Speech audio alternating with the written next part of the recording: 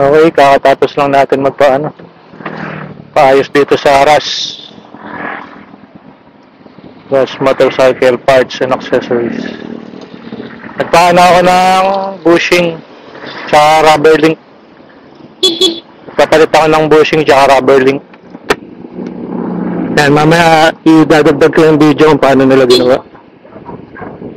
Kasi ramdaman na yung gewang. Ramdaman mo yung gewang ng Pero ngayon wala na, okay na ulit. Kasi nung kami, Sambales, habang bumabangking ka, kumakabig sa pakaliwa, tapos chinek ko yung ball race, hindi naman, tapos yung bushing ng gulong hindi rin.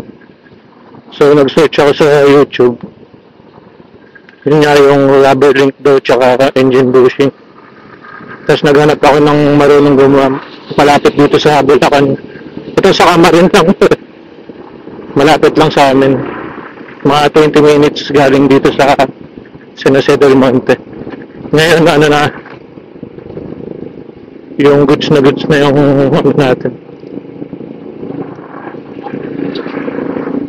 Yan, mamaya tutuloy natin yung video. Papakita ko sa inyo.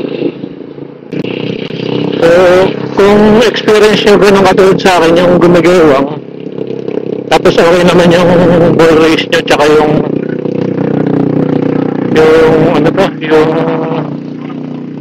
sa gulong, yung bearing ng gulong nyo, kung okay siya. Malamang yung sa lari nyo, rubber link na, tsaka yung engine bushing. Kasi sa akin, flat na yung yung rubber link ko, tapos yung bushing ko, pinakita sa akin, yung na siya, may crack na. So, if gano'n ang experience nyo, pa-check nyo na din dito sa kanila. Sa Rush kasi 650 yung labor nila, tapos nasa 380 yung bushing, tapos yung rubber link nasa 400. Yan, tapos pinasabay ko na rin yung total body. So, if yung may issue kayong katulad sa akin, i-try nyo, pagawa nyo na rin. So, dito na lang muna tong video na to. Salamat sa mga pa-like na rin tsaka sa pa-subscribe para sa next update natin.